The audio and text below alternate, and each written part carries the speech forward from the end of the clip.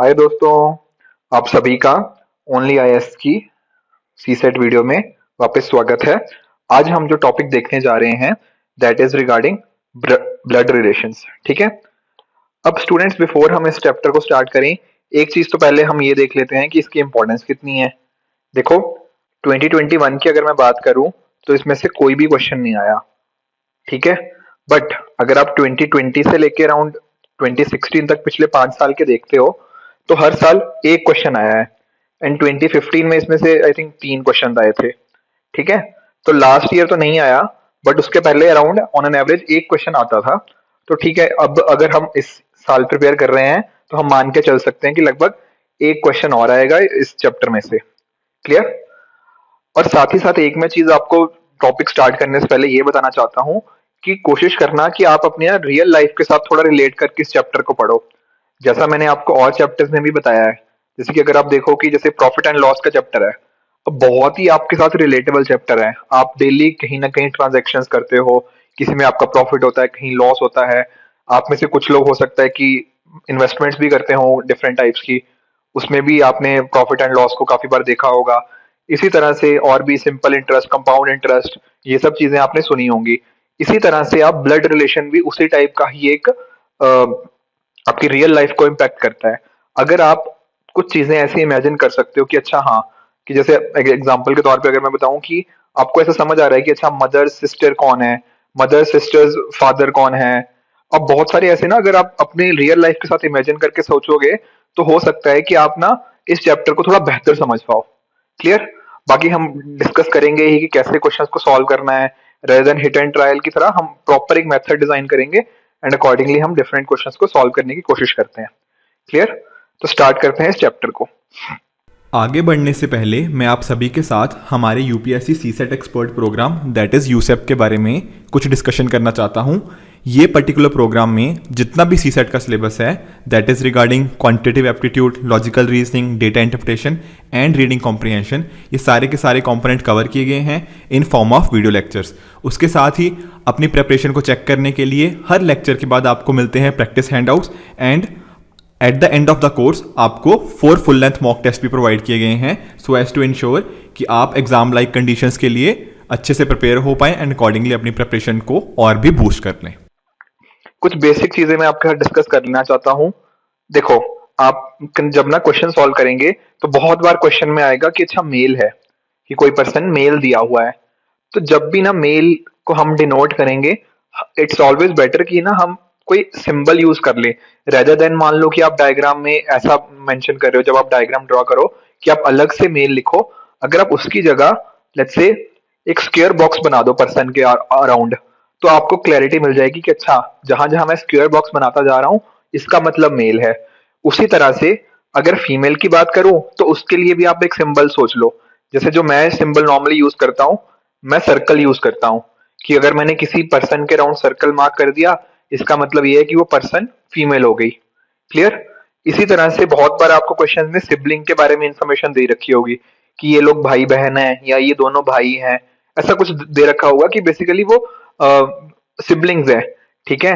तो कोई आप उसके लिए सिंबल यूज कर लो, जैसे कि मैं एक सिंगल लाइन डिनोट करता हूँ कि एक सिंगल लाइन अगर मैं ड्रॉ कर रहा हूँ, जैसे मुझे दे दिया कि A and B are siblings, तो मैं ऐसे डिनोट कर दूंगा कि A and B are sibling.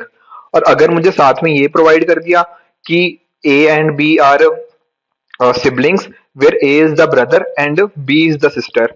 अब पहले तो मैंने ऐसे लिख दिया, फिर साथ में मुझे मिल गया कि ए इज द ब्रदर, तो मैं ए के अराउंड स्क्वायर बना दूंगा क्योंकि वो मेल है, and B is the sister, तो बी फीमेल हुई, तो ये ऐसे हो गया। ठीक है। तो ये तीनों चीजों को मैंने आपको यूज करके समझा दिया कि अच्छा मेल, फीमेल और सिबलिंग को हम कैसे डिनोट करेंगे। इसी तरह से अब अगर मैरिड का कुछ आता है कि ये इसकी शादी हो रखी है, लेट्स से सी और D are married to each other. ठीक है। तो इसके लिए आप कोई एक सिंबल यूज कर लो, चाहे तो आप डबल यूज कर सकते हो या फिर आप कुछ करवी लाइन इस टाइप की यूज कर सकते हो। इससे आपको क्लियर हो जाएगा कि अच्छा हाँ, इन दोनों की शादी हो रखी है। ये हमेशा ना सिंबल्स के फॉर्म में रिप्रेजेंट करोगे तो इजी रहेगा। अदरवाइज अगर आप हर जगह यहाँ लिखने लग गए इसके ऊपर कि ये मेल है ये फीमेल है, तो आपका ना जो डायग्राम बनेगा बहुत ही हौच पौच बन जाएगा। इससे बेटर यही है कि जो सिंबल्स मैंने आपको बताए हैं आप या तो वही यूज कर लो या अपने एंड पे भी कोई और बना सकते हो। ठीक है, मैरिड का मैंने ये बेबी का बना दिया। इसी तरह से एक जनरेशन का अगर हमने फैमिली ट्री बनाना हो ना, फैमिली ट्री, तो फैमिली ट्री हम इस तरीके से बनाएंगे। मान लो कि जैसे ग्रैंडफादर है, तो ग्रैंडफादर को मैं सबसे टॉप वाले लेवल पे बनाऊंगा। अब अगर मुझे इससे एक लेवल नीचे यानी कि फादर वाला लेवल बनाना है, तो मैं फादर वाला लेवल यहाँ पे बना दूंगा। मान लो ये नीचे वाला लेवल हो गया। एंड अगर सन, अगर इसके भी नीचे फादर का बेटा, तो मान लो राम है, तो राम इस तरीके से उसके नीचे। यानी कि एक मेरे पास ये हायरार्की काइंड ऑफ स्टफ हो गया कि अच्छा पहले ग्रैंडफादर, फिर फादर, फिर जो पर्सन जो खुद है। क्लियर? तो जो बंदा ऊपर वाली हायरार्की में वो उतना बड़ा, अकॉर्डिंगली अकॉर्डिंगली नीचे जाते रहेंगे। ठीक है, अब हम कुछ क्वेश्चन स्टार्ट करते हैं करने, एंड अकॉर्डिंगली आप ना इन चीजों को ध्यान में रखना, तो उससे आपको चीजें इजीली समझ आती रहेंगी। बाकी जो क्लैरिटी बची है वो क्वेश्चंस के थ्रू आ जाएगी। स्टार्ट करते हैं फर्स्ट क्वेश्चन से। अब ये जो फर्स्ट क्वेश्चन है हमसे 2017 में पूछा था।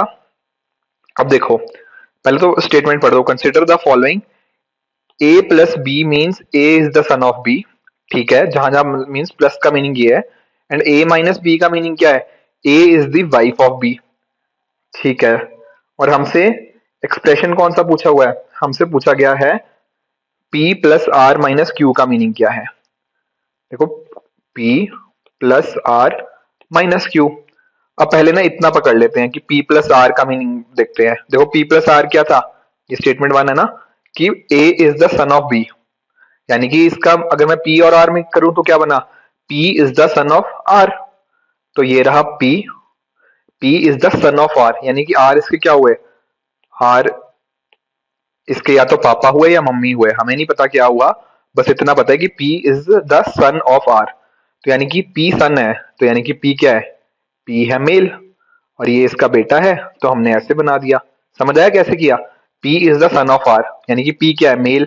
तो मेल के लिए मैंने स्क्वायर बॉक्स बना दिया और नीचे वाले लेवल पे बना दिया R के, तो ये बन गया। ठीक है, P का देखो मुझे नहीं, सॉरी R का नहीं मुझे पता कि मेल है या फीमेल है।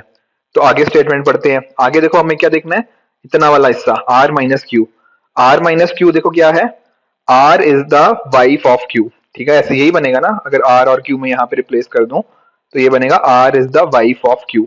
R Q की वाइफ है, तो यानी कि क्या बनेगा? ये वेवी कर्व बना दी मैंने, यानी कि मैरिज।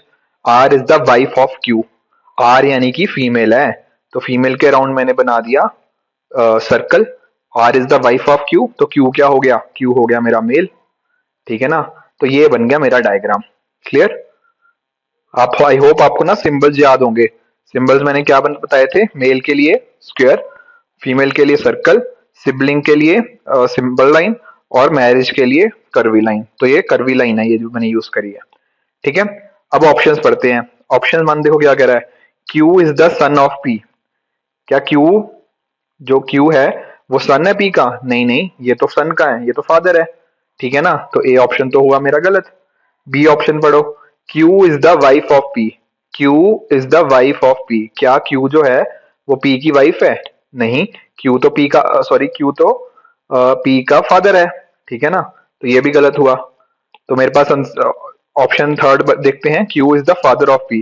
ये बिल्कुल सही है। देखो Q मेल है और P उसके नीचे लेवल पे है, तो Q उसका फादर हुआ। तो ऑप्शन नंबर सी बिल्कुल सही है, ये मेरा बन गया आंसर। ठीक है, चले आगे। ठीक है, अगला क्वेश्चन देखते हैं। अब ये 2015 में हमसे पूछा गया था, तो इसको हम देख लेते हैं एक बार। देखो क्या कह रहा है, A is the son of सी। बनाते हैं, स्टेप बाय स्टेप बनाते जाएंगे। ए इज द सन ऑफ सी, तो ये रहा ए, और ये सन है, तो ये मेल होगा। किसका बेटा है? ये है सी का। ठीक है, आगे देखो, while C and Q are sisters. C and Q are sisters to one another, यानी कि सी और क्यू सिस्टर्स हैं। ठीक है ना, सिस्टर्स का मतलब फीमेल है दोनों, तो ये बन गया फीमेल। ठीक है जी, आगे पढ़ो। Z is the mother of Q. Z जो है वो क्यू की मदर है, तो जेड आएगी क्यू के ऊपर। यहां बना दिया मैंने जेड, और मदर है तो फीमेल, सर्कल बना दिया। आगे देखो, if P is the son of Z. P Z का सन है। अब जेड देखो यहाँ पे था, इसका सन है जेड का, तो ये बनेगा इस लेवल पे, और ये यानी कि बाकियों का भी ब्रदर हो गया ना, तो पी आ गया male. P is the son of Z, male था तो मैंने स्क्वायर बना दिया। तो बस आगे पूछा है कि विच of the following statement is true. अब स्टेटमेंट देख लो कि स्टेटमेंट कौन कौन सी ट्रू है। पहली स्टेटमेंट कह रही है Q is the grandfather of A. ये रहा क्यू और ये रहा ए, क्या ये ग्रैंडफादर है? नहीं नहीं, बिल्कुल भी नहीं। ये तो देखो इसकी मदर जो है सी की, उसकी बहन है, तो ग्रैंडफादर कैसे हो सकता है? ग्रैंडफादर तो इस वाले लेवल पे आएगा ना, ये तो एक ही लेवल पे नहीं होगा।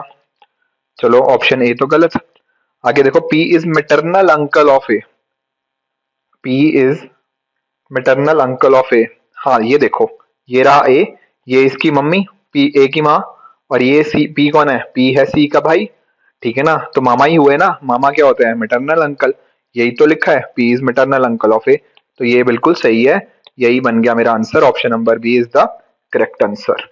ठीक है ना, बस डायग्राम बनाना आना चाहिए, एंड साथ ही साथ एक बार डायग्राम बनाते गए, जो जो सिंबल्स यूज करने थे साथ साथ सिंबल्स यूज कर लिए, काफी नीट एंड क्लीन डायग्राम बन जाएगा, उतना समझना भी इजी रहता है। क्लियर? चलते हैं अगले क्वेश्चन की तरफ। अब ये देखो, क्वेश्चन कह रहा है कि pointing towards a boy, Rashmi said, ठीक है, he is the son of the only son of my grandfather. देखो, सबसे पहले ना रश्मि से ही स्टार्ट करते हैं कि ये है रश्मि। ठीक है जी। अब देखो क्या कह रहा है, he is the son of the only son of my grandfather.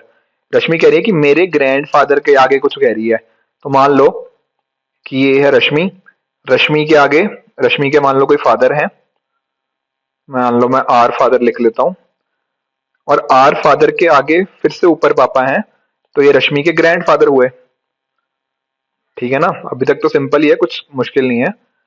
रश्मि के ग्रैंडफादर तक मैं पहुंच गया, यानी कि मैंने ये देख लिया अच्छा कि रश्मि के ग्रैंडफादर कौन है।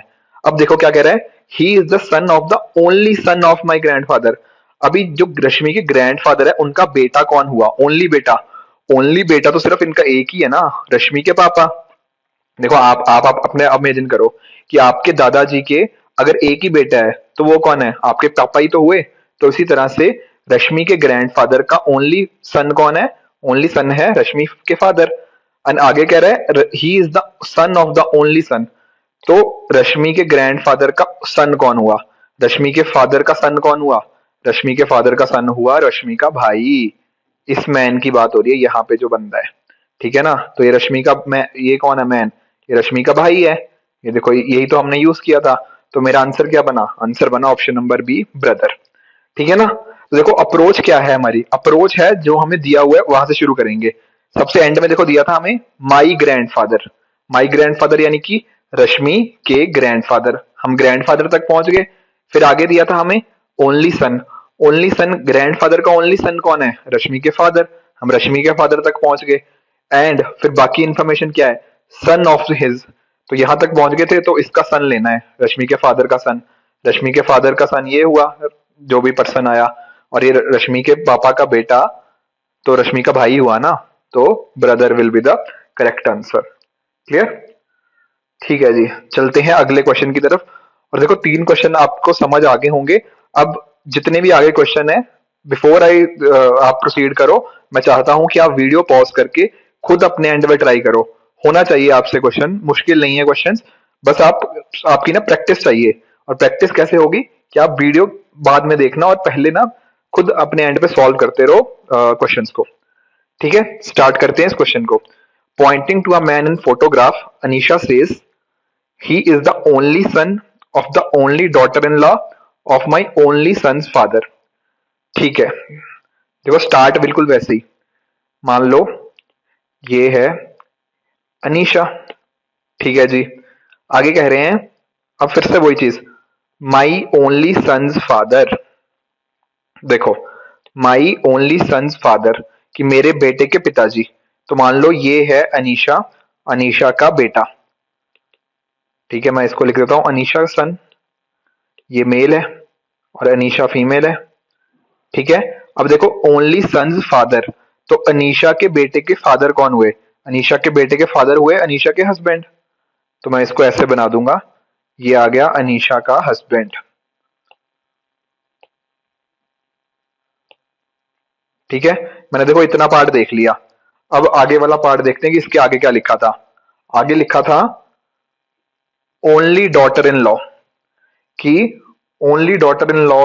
अब देखो अनीशा के फादर की, सॉरी अनीशा के हस्बैंड, यहां तक हम पहुंच गए थे कि अनीशा के हस्बैंड की ओनली डॉटर इन लॉ कौन है। ओनली डॉटर इन लॉ देखो, एक तो देखो इनका सिर्फ एक ही बेटा है और बेटे की वाइफ होती है डॉटर इन लॉ, यानी कि बात किसकी हो रही है, बात हो रही है अनीशा की वाइफ की। यहां पे मैं ऐसे बना दूंगा वेवी, और यहां पे आ जाएगी डॉटर इन लॉ। ठीक है, ये वाला पार्ट भी देख लिया, ये वाला पार्ट भी देख लिया, ये वाला पार्ट बचा है सिर्फ इतना। अब देखो क्या बचा है, ओनली सन। ओनली सन की बात कर रही है कि आगे ओनली सन इसका बचा है। थोड़ा सा ना इसको मैं ऊपर ले चलता हूं। ठीक है, अब यहां तक हम पहुंच गए थे डॉटर इन लॉ तक, ओनली सन इसका। अब डॉटर इन लॉ का ओनली सन, ओनली सन यानी कि ये हुआ। ठीक है ना, यही तो हमारा पर्सन है, pointing to a man in the photograph, this is the man we are talking about. अब हमसे पूछा क्या है कि अनीशा का इस मैन के साथ क्या रिलेशन है। देखो ये है अनीशा और ये है मैन। अब देखो यहाँ पे थी अनीशा, आगे इसका बेटा हुआ और उसके बेटे का आगे फिर बेटा है, तो यानी कि अनीशा क्या हुई, अनीशा इसकी दादी हुई, ग्रैंड मदर। तो इसका क्या रिलेशन हुआ, ये हुआ इसका ग्रैंडसन। ऑप्शन नंबर सी मेरा सही आंसर आ जाएगा। क्लियर, बस जो जो था पीछे से हमने स्टार्ट किया। देखो पहले सिर्फ इतना पढ़ा, माई ओनली सन्स फादर। पहले ओनली सन यानी कि अनीशा का सन, ओनली सन फादर, अनीशा के सन का फादर, अनीशा का हस्बैंड। अब इतना पढ़ लिया, अब आगे चलो। Only daughter in law, Anisha के हस्बैंड की only daughter in law. Only daughter in law यानी कि सन की वाइफ, वो होगी अनीशा की डॉटर इन लॉ। अब आगे क्या लिखा था, ओनली सन, इसका only son daughter in law का, ये बन गया। अब देखो ये लेवल टॉप मोस्ट था, उसके एक लेवल नीचे, उसके दो लेवल नीचे, तो यानी कि ये बना ग्रैंडसन। क्लियर, ठीक है जी, चलते हैं अगले क्वेश्चन की तरफ। अब ये क्वेश्चन हमसे 2015 में पूछा गया था। अब इसमें क्या कह रहा है, इसमें कह रहा है 4 persons ABCD are consisting of 2 married couples, यानी कि 4 लोग हैं और मैरिड हैं, मतलब 2 कपल्स हैं, मतलब बेसिकली दो के पेयर, यानी कि are in a group, both the women are shorter than their respective husband. तो जो भी वाइफ है वो अपने हस्बैंड से छोटी हैं। ठीक है, A is the tallest among the 4। देखो मैं लिख लेता हूं, ए इज द टॉलेस्ट।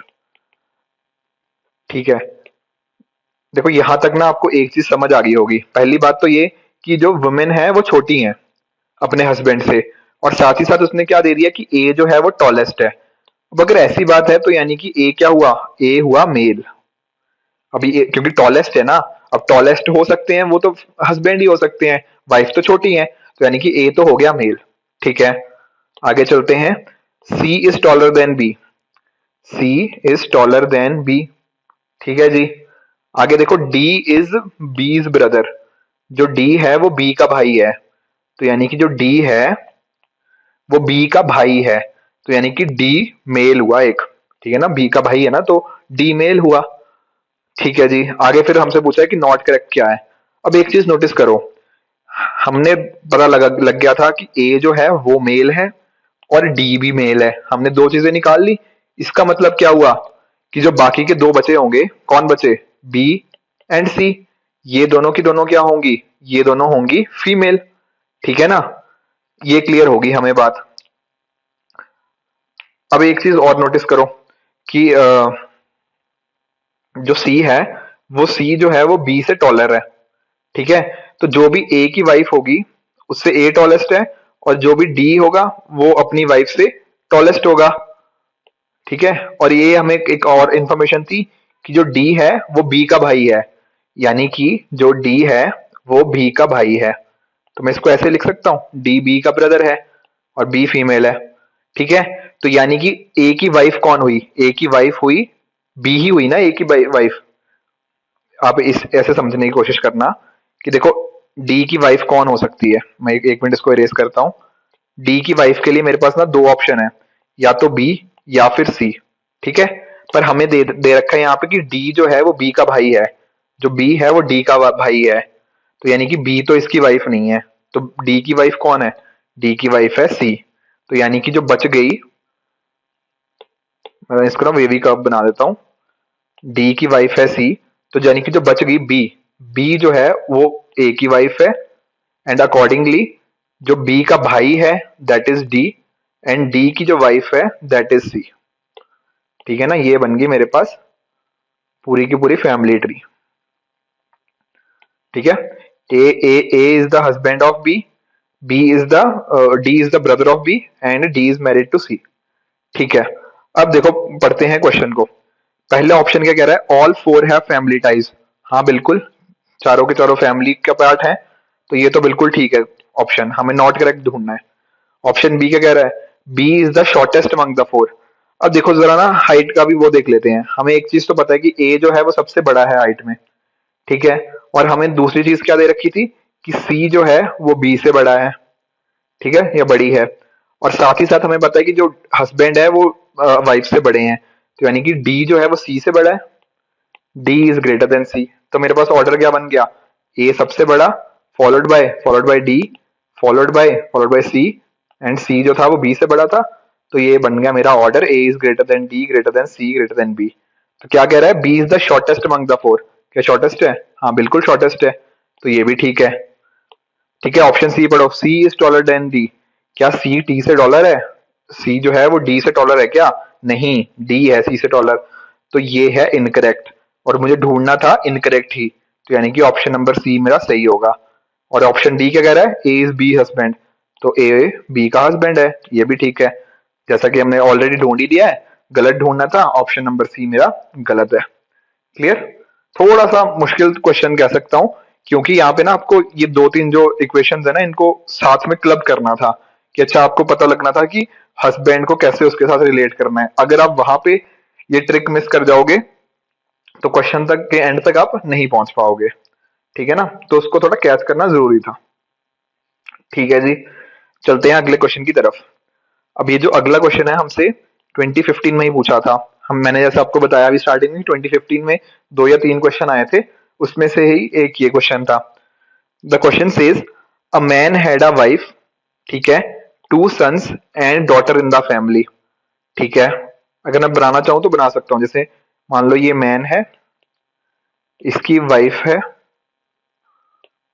ठीक है ना, इनके 2 सन्स हैं, तो 2 सन है इसके, मान लो S1 S2, ये 2 सन है, एंड डॉटर्स। देखो डॉटर ना बता नहीं रखी कि एक है या मल्टीपल है, तो कुछ भी हो सकता है। मान लो मैं D1 D2 मान लेता हूं इनको कि काफी डॉटर्स हैं। ठीक है, the daughters were invited to a feast. जो डॉटर्स हैं जितनी भी हैं उनको एक खाने पे बुलाया था, and the male members of the family went out to take part in a picnic. Male members यानी कि खुद पर्सन एंड जो सन है दोनों, उनको पिकनिक पे जाना पड़ा। ठीक है, the man's father did not return from his work. तो यानी कि इस मैन का एक फादर भी है, ठीक है ना, मान लो एफ मान लेता हूं। He did not return from his work, ये काम पे गया हुआ है कहीं पे, तो यानी कि ये भी काम से वापस नहीं आया। तो जो मैंने हाईलाइट किए हुए हैं उनका हमें पक्का पता है कि वो कहीं पे गए हुए हैं। ठीक है, ऑप्शन सब क्वेश्चन पढ़ते हैं। Which of the following statement is true. ठीक है, अब कह रहा है only the man's wife was left at home. क्या सिर्फ मैन की वाइफ घर पे रहेगी?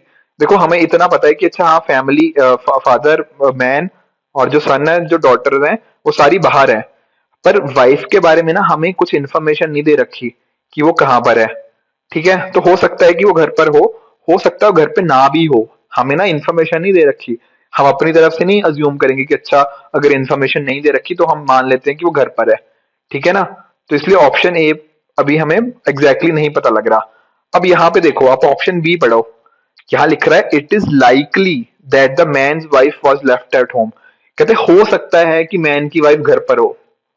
ठीक है ना, देखो ऑप्शन ए और बी में फर्क समझना। ऑप्शन ए कह रहा है कि उसकी वाइफ पक्का घर पर ही है, या फिर सिर्फ वाइफ ही घर पर है। ठीक है ना, तो हमें क्योंकि क्वेश्चन में इंफॉर्मेशन दे ही नहीं रखी वाइफ की, तो हमें नहीं पता लग रहा। तो इसलिए ऑप्शन बी जो कह रहा है ना कि इट इज लाइकली, हो सकता है कि मैन की वाइफ घर पर हो। ठीक है ना, तो ये बिल्कुल सही है। पहली स्टेटमेंट इसलिए मैंने गलत कर दी ऑप्शन ए, क्योंकि हमें डेफिनेटली नहीं हम कह सकते, क्योंकि हमें कुछ स्टेटमेंट दे ही नहीं रखी क्वेश्चन में। इसलिए ऑप्शन ए ना मार्क करके मैं ऑप्शन बी मार्क करूंगा, क्योंकि उसमें बोल दिया ना इट इज लाइकली, कि हो सकता है कि ऐसा हो। ठीक है ना? तो इसलिए इसका ऑप्शन नंबर बी सही आंसर होगा। थोड़ा सा बस आपको ना समझदारी दिखानी थी, वैसे ये ज्यादा आपको एग्जैक्टली इसका डायग्राम भी ड्रॉ करने की ज्यादा जरूरत नहीं थी, बट आपको ना थोड़ा ऑप्शंस पढ़ने की जरूरत है। ऐसा नहीं कि सीधा ऑप्शन ए पढ़ा, अच्छा वाइफ वाइफ ही बची होगी, जबकि वाइफ के बारे में इन्फॉर्मेशन नहीं दे रखी ना, तो इसलिए हम ए ना मार्क करके जो ऑप्शन बी है वो ज्यादा रेलिवेंट है इस केस में। क्लियर? चलते हैं अगले क्वेश्चन की तरफ। अब ये हमसे 2019 में क्वेश्चन पूछा गया था, and the question says a joint family consist of 7 members. ठीक है जी, 7 मेंबर्स हैं। ठीक है, और ये देखो 3 फीमेल्स, 3 फीमेल है, यानी कि अगर 3 फीमेल है तो 4 मेल होंगे। ठीक है जी। अब देखो आगे क्या कह रहा है, G is a widow, G is a widow and sister in law of D is father E. ठीक है ना? तो बनाने की कोशिश करते हैं एक बार। देखो G is widow and sister in law of D is father F, F की सिस्टर इन लॉ है, तो मान लेते हैं कि मान लो ये एफ है। ठीक है, एफ की देखो सिस्टर इन लॉ है, तो एफ हो गया मेल, यानी कि एफ का कोई भाई है, मतलब भाई था। ठीक है ना? मान लो मैं अभी एफ का भाई कुछ भी मान लो जो नहीं है, मान लो एक्स है, अब ये बंदा मर चुका है, तभी विडो हुई ना। तो जो एक्स की वाइफ है ना, एक्स की जो वाइफ है दैट इज जी, अब ये विडो हो चुकी है। ठीक है ना? ये समझना एक बार दोबारा अगर मैं समझाऊं, देखो कह रहा है G is a sister in law of F, तो ये रहा एफ, एफ के यानी कि भाई की वाइफ थी जी, तो जी फीमेल हुई, विडो होगी, एक्स मर चुका है बंदा। ठीक है, और साथ ही साथ हमें दे रखा है डी इज फादर एफ, तो जो डी डी है वो एफ का फादर है, तो डी जो है, सॉरी जो एफ है वो डी का फादर है, तो ये बन गया डी। और चलो डी का भी मैं बता नहीं पा रहा कि क्या एग्जैक्टली होना क्या चाहिए, मेल होना चाहिए फीमेल, बट डी का फादर एफ है। ठीक है जी, इतना हमने पढ़ लिया। आगे देखो, B and D are siblings, B and D siblings हैं, तो सिबलिंग्स को कैसे डिनोट करते हैं, ऐसे, बी एंड डी सिबलिंग हो गए। और साथ में क्या कह रहा है, A is daughter of B, तो ए जो है वो बी की डॉटर है, तो मैं इसको ऐसे मार्क कर दूंगा, ए इज डॉटर ऑफ बी, और डॉटर है तो ये फीमेल हो गई। ठीक है जी। और साथ में क्या दे रखा है, साथ में दे रखा है सी इज कजन ऑफ बी, अब ये देखो यहां पर है बी, सी की कजन, सी इसकी कजन है या कजन है जो भी है। ठीक है ना? तो मुझे बताओ कि मैं सी को कहां रखूं। देखो सिर्फ और सिर्फ जगह इसी में आएगी ना, देखो फैमिली में, यहां पर तो मैं इस वाले एरिया में तो नहीं डाल सकता, नहीं तो उनका ब्रदर ही हो जाता, ब्रदर या सिस्टर ही हो जाता, तो इसलिए सी यानी कि जी की, के साथ रिलेटेड होगी। ठीक है ना? तो ये हो गए मेरे ऑप्शंस। अब एक चीज नोटिस करो, अब हमारे पास बचा क्या, हमारे पास बचा है सिर्फ और सिर्फ ई बचा है, बाकी के सारे तो मैंने फिल कर दिए, सिर्फ ई बचा है। ठीक है, तो ई बताओ मैं कहां डालूं ई को, तो ई को सिर्फ ओनली एंड ओनली पोजीशन जो यहाँ पे मेरे पास बची है ना, वो यहाँ पर बची है ई की। ठीक है ना? क्योंकि देखो ई की मुझे इंफॉर्मेशन नहीं दे रखी, तो मैं कहीं और नहीं डाल पाऊंगा ई को, ओनली पोजीशन है वो यहीं पर बचेगी। और अगर मैंने ये निकाल लिया कि एफ मेल है, तो ई क्या हुई, ई हुई फीमेल। ठीक है ना? ई फीमेल हो गई। ठीक है जी। और साथ में मुझे स्टार्टिंग में नोटिस किया था कि 3 फीमेल है और 4 मेल है, 3 फीमेल है और 4 मेल है, देखो 3 फीमेल मेरे पास आ चुकी हैं, एक है जी, एक है ई, एक है ए। 3 फीमेल अगर मेरे पास आ चुकी हैं, तो यानी कि जो बचे लोग होंगे वो सारे के सारे मेल होंगे, तो यानी कि सी भी मेल है, डी भी मेल है, और बी भी मेल है। ठीक है ना? ये बन गया मेरा फैमिली ट्री, जो इसमें से एक्स जो बंदा है वो मर चुका है। ठीक है, अब पढ़ो, अब क्या कह रहा है, हु इज ई, ई कौन है इसमें से। पहला ऑप्शन कह रहा है वाइफ ऑफ ई, क्या ई एफ की वाइफ ऑफ एफ है, बिल्कुल, ये देखो ई जो है वो एफ की वाइफ है, तो ऑप्शन ए 1 तो बिल्कुल सही है। 2 पढ़ो, ग्रैंड मदर ऑफ ए, ये है ए की क्या ग्रैंड मदर है, हाँ बिल्कुल, देखो इसके फादर, फादर का सिबलिंग, और ये फादर ग्रैंडफादर, और ये ग्रैंडफादर की वाइफ, तो ये ग्रैंड मदर भी बिल्कुल सही है। ऑप्शन सी क्या कह रहा है, sorry third statement, aunt of C, ये देखो ये है सी, सी की मदर का आगे उसके वो है, तो ये आंट भी हुई उसकी, क्योंकि उसके ऊपर वाले लेवल पे ही है ना, और उसकी मदर के अकॉर्डिंगली उसका रिलेटेड है, तो यानी कि ऑप्शन 3 भी बिल्कुल सही है। मेरा आंसर क्या बनेगा, आंसर बनेगा option number D 1, 2 and 3। Clear? तो ये हो गया। थोड़ा सा कॉम्प्लेक्सिटी थी क्योंकि सी के बारे में ई के बारे में ना मुझे एग्जैक्टली नहीं दे रखा था, तो उसके लिए मुझे ज्यूम करना था कि अच्छा फैमिली में सिर्फ एक ही पोजीशन बची हुई है, दैट इज कि एफ की वाइफ की पोजीशन बची हुई है, तो अकॉर्डिंगली मेरे पास ई बन जाता था क्योंकि अदरवाइज मेरे पास फैमिली नहीं बन पाती। ठीक है ना? तो ये क्वेश्चन इस हिसाब से हमने सॉल्व कर लिया। चलते हैं अगले क्वेश्चन की तरफ। अब अगला क्वेश्चन देखो, ये 2016 का क्वेश्चन है और क्वेश्चन में कुछ हमारे पास स्टेटमेंट्स दे रखी है, हम इनको एक एक करके बनाने की कोशिश करते हैं। ठीक है? फर्स्ट देखो, फैमिली ऑफ 6 पर्सन, 6 लोगों के रिगार्डिंग दे रखी है। ठीक है? अब पहला स्टेटमेंट देखो, the number of males equal to number of females, यानी कि अगर 6 लोग हैं तो 3 होंगे मेल्स, 3 होंगे फीमेल्स। ठीक है जी। अब स्टेटमेंट 1 यूज कर ली मैंने। स्टेटमेंट 2 देखो, A and E are sons of F. मान लो यहां पर है एफ, तो एफ के सन्स हैं ए एंड ई। ये हो गया ई, ये हो गया ए। अब सन्स हैं तो मैंने स्क्वायर बना दिया दोनों के अराउंड। देखो एफ का मुझे नहीं पता अभी कि एफ क्या है, वो फादर भी हो सकता है, वो मदर भी हो सकती है। ठीक है? स्टेटमेंट 2 भी हो गया यूज। स्टेटमेंट 3 देखो, D is the member of, D is the, या मेंबर नहीं आएगा, यहां आएगा एक सेकेंड, एक सेकेंड मैं इसको देखता हूं क्या है। ऑप्शन 4 पढ़ते हैं। Statement 4, B is the son of A. जो बी है वो ए का सन है, जो बी है वो ए का सन है। तो ये आ गया और बी मैंने ड्रॉ कर दिया यहाँ पे। ठीक है ना? तो बी बन गया यहाँ पे। देखो यहाँ पे ना मेंबर नहीं है, यहाँ मदर है। ठीक है ना? D is mother of 2। ठीक है? तो यहाँ पे ठीक कर लेना, D is the mother of 2, 1 boy and 1 girl. ठीक है? तो अब मुझे बताओ कि मैं डी को कहाँ डालूं। अब अगर आप एक चीज नोटिस कर पा रहे हो ना, हमने देखो पहली स्टेटमेंट में बताया था 3 मेल और 3 फीमेल, हमारे पास ऑलरेडी 3 मेल्स आ चुके हैं। ठीक है ना? तो अब जो भी बाकी नंबर्स आएंगे वो सारे के सारे फीमेल होंगे। तो यानी कि एफ मेरे पास एक फीमेल आ गई, जो डी है वो भी मेरे पास अब फीमेल ही है, वो तो ऑलरेडी गिवन भी है, मदर ऑफ 2। ठीक है ना? एंड साथ में ऑप्शन स्टेटमेंट 5 के कह रहा है, there is only 1 married couple in the family at present, कि सिर्फ एक और एक ही मैरिड कपल है फैमिली में। ठीक है? तो अब मुझे बताओ कि मैं कहाँ इसको पुट कर सकता हूँ डी को। सोचो कि मान लो कि अगर मैं डी को यहाँ पे प्लेस कर दूं, ठीक है, क्या मैं एफ के साथ उसको प्लेस कर सकता हूँ? मैं नहीं कर सकता। एफ ऑलरेडी मेरे पास फीमेल आ चुकी है और डी मुझे दे रखा है कि मदर ऑफ 2 है, तो मदर तो हो नहीं सकती डी, तो डी यहाँ तो नहीं आ सकती। ठीक है ना? अब अगर एक चीज नोटिस करो, मान लो मैं यहाँ पे डालता हूँ डी को, ठीक है ना, डी अगर मैं यहाँ पे फीमेल डालता हूँ तो आगे मुझे क्या दे रखा है, D is the mother of 2, 1 boy and 1 girl. तो मुझे यहाँ पे ना 2 लोग बनाने पड़ेंगे। ठीक है ना? और जैसे ही मैंने 2 लोग बनाए ना, तो देखो 5 लोग तो मेरे ऑलरेडी ये हो ही रखे हैं, 1 2 3 4 5। अगर यहाँ पे मैं 2 लोग बनाऊंगा, कुछ भी मेल या फीमेल, तो मेरे पास टोटल 7 लोग हो जाएंगे। पर मुझे तो बनाने हैं 6 लोग, तो यानी कि डी यहाँ पर भी नहीं आएगा, तो ये भी प्लेस कैंसिल हो गया डी का। तो डी आएगा कहाँ पे? अब बची 2 जगह, क्या यहाँ पे डाल सकता हूँ? फिर से वही दिक्कत आ जाएगी, यहाँ पे डी डालूंगा तो नीचे 2 लोग जब मैं बनाऊंगा तो 7 लोग हो जाएंगे। The only place that remains कि वो ए के साथ रिलेटेड है, तो यहाँ पे आएगी डी। ठीक है ना? ए की वाइफ के तौर पे थोड़ा वेवी कर्व बना लेते हैं, ए की वाइफ के तौर पे डी आएगी।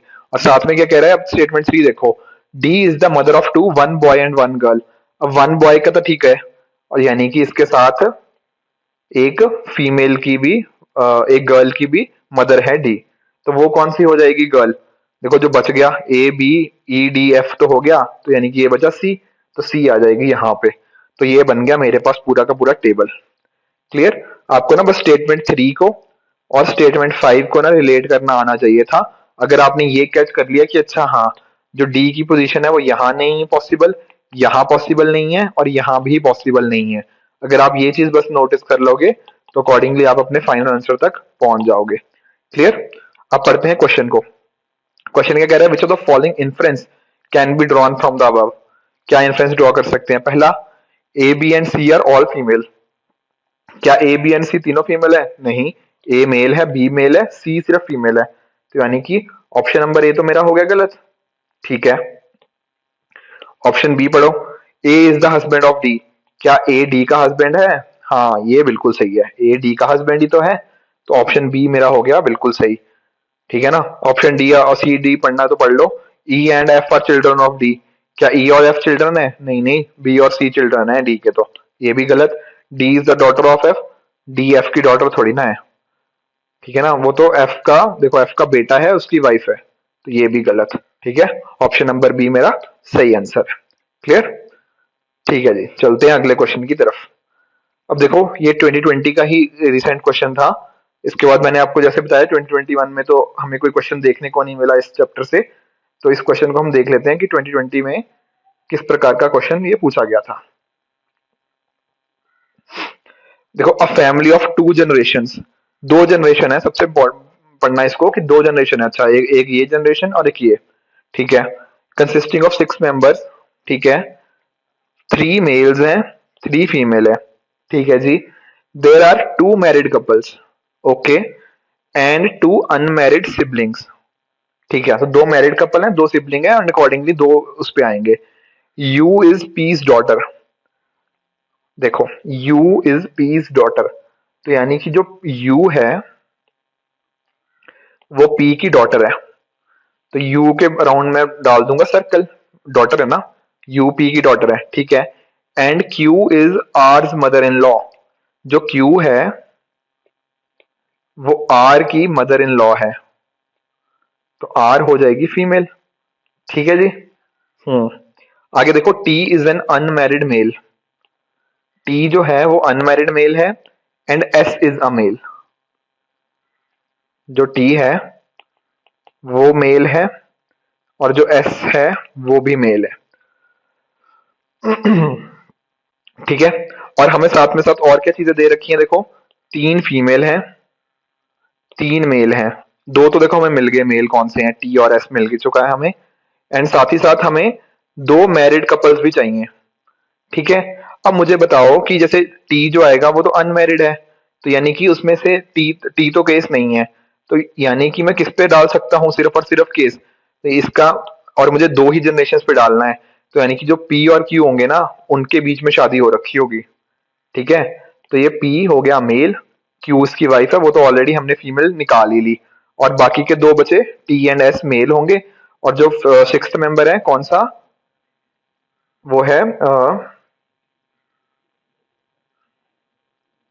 हमने थोड़ी सी मिस्टेक कर दी यहाँ, आर ना डॉटर इन लॉ थी। ठीक है ना, सॉरी, क्या था, क्यू जो था आर की मदर इन लॉ थी, तो यानी कि यहाँ पे आर ऐसे आएगी। ठीक है, और यहाँ पे हमें पता नहीं है कि कौन से पर्सन की हम बात कर रहे हैं। ठीक है, मतलब पहले हमने ना मदर, गलती से यहाँ पे आर लिख दिया था, वो मदर का केस हो जाता, पर क्योंकि मदर इन लॉ है तो वो यहाँ पे आएगी आर। ठीक है, अब देखो हमें पता लग गया कि टी और एस यहाँ पे आएंगे। अब मुझे बताओ कि टी और एस को मैं कहाँ डालूं। देखो, टी का मुझे बताया है टी अनमैरिड है, तो टी यहाँ नहीं आ सकता, तो यहाँ क्या आएगा, यहाँ आएगा एस। ठीक है, और मैं सिर्फ 2 जनरेशन पे ही मुझे डालना है। ठीक है ना, और 2 जनरेशन पे ही डालना है, तो मैं कहाँ डाल सकता हूँ मैं बाकी टी को, और टी देखो अनमैरिड भी है, अनमैरिड सिबलिंग्स है, 2 अनमैरिड सिबलिंग्स, तो अनमैरिड सिबलिंग्स को एक तो देखो यहाँ पे हो गया, यानी कि जो टी आ जाएगा मेरा यहाँ पे आ जाएगा, अनमैरिड है ना, मैं ऊपर तो डाल नहीं सकता, सिबलिंग है, और सिबलिंग्स किसका हो सकता है, सिबलिंग सिर्फ इसका ही हो सकता है ना, यू का, क्योंकि बाकी देखो 2 कपल्स, एक तो कपल ये बन गया मेरे पास, एक कपल मेरे पास ये बन गया, ये बन गए मेरे अनमैरिड सिबलिंग्स, तो ये बन गया मेरा फैमिली ट्री। ठीक है, ये भी एक्चुअली इसके साथ ही, फैमिली के साथ ही लिंक्ड है वो भी, बट ये थे अनमैरिड सिबलिंग्स। क्लियर? अब ऑप्शंस पढ़ लेते हैं कि कौन सा करेक्ट है। पहला कह रहा है आर इज यूज हस्बैंड, ये है देखो आर, आर क्या यू का हस्बैंड है? नहीं, बिल्कुल भी नहीं, तो ये तो होया गलत। आगे देखो, R is S wife, R जो है वो एस की वाइफ है, ये देखो यही तो सही है, ये वेवी का है ना, आर एस की वाइफ ही तो है, बिल्कुल सही, ऑप्शन नंबर बी मेरा सही आंसर हो जाएगा। और पढ़ना है और पढ़ लो, एस इज अनमैरिड, क्या एस अनमैरिड है? नहीं नहीं, एस तो आर के साथ मैरिड है, तो ये गलत, नन ऑफ द अबव गलत हो गया, और क्योंकि ऑप्शन नंबर बी तो हमारा ऑलरेडी आंसर निकल ही चुका है, तो इसका आंसर बन गया ऑप्शन नंबर बी। ठीक है ना, ये सारे क्वेश्चन मैं आपके साथ डिस्कस करना चाहता था। आई होप कि आपको ना सारे के सारे चीजें समझ आई होंगी। बट आप ना मोस्टली इसी चीज को ना एक बार बस ध्यान से एक बार ना याद कर लो या समझ लो जो भी है, कि आपको ना जब भी ऐसे क्वेश्चन आएंगे तो आपको ना ट्राई करना कि सिंबल्स की फॉर्म में रिप्रेजेंट करो। अदरवाइज जैसा ऐसे मेल लिखना, हर जगह फीमेल लिखना कि ये इसके साथ मैरिड है, उसके साथ मैरिड है, कुछ एरोज बनाना, वो बहुत ज्यादा डायग्राम को कॉम्प्लेक्स कर सकता है। इससे बेटर यही है कि अच्छा हाँ, जो हायर जनरेशन वाले हैं उसको अबव रखो, और जो लोअर जनरेशन ऐसे हायरार्की बनाते जाओ, फैमिली ट्री अच्छा बनेगा। एंड साथ ही जो मैंने डिस्कस किए थे कि अच्छा मेल के लिए आप स्क्वायर बना सकते हो, फीमेल के लिए आप सर्कल बना सकते हो, सिबलिंग के लिए आप सिंगल लाइन, मैरिड के लिए या तो डबल लाइन या फिर वेवी कर्व, जो आपको अच्छा लगे वैसा बना सकते हो। तो अकॉर्डिंगली आपका जो भी डायग्राम बनता है वो काफी नीट एंड क्लीन बनता है, और आपकी ऑब्जर्वेशन भी उससे बेहतर आ सकती हैं। ठीक है ना? तो कुछ क्वेश्चंस हमने देख लिए हैं। काफी, मैं ये नहीं बोलूंगा एक एक या दो क्वेश्चन मैं मान सकता हूँ कि थोड़े टफ थे, बट अदरवाइज इस चैप्टर में से जो क्वेश्चंस पूछे जाते हैं वो normally on the easiest side ही आते हैं। ठीक है? और ज्यादा क्वेश्चन पूछे भी नहीं जाते, मैक्स टू मैक्स क्वेश्चन एक ही आएगा इस चैप्टर से। तो अकॉर्डिंगली आप उसके अकॉर्डिंग आप प्रिपेयर रहिएगा इस क्वेश्चन से, इस चैप्टर से। ठीक है ना? और साथ ही कुछ क्वेश्चंस जो मैंने हैंड आउट में आपको दे दिए हैं, तो आप उनको भी प्रैक्टिस कर सकते हो, सो दैट थोड़ा आप और कंफर्टेबल फील करो इस चैप्टर के साथ। Clear? So friends, that this is it for this video. Thank you very much.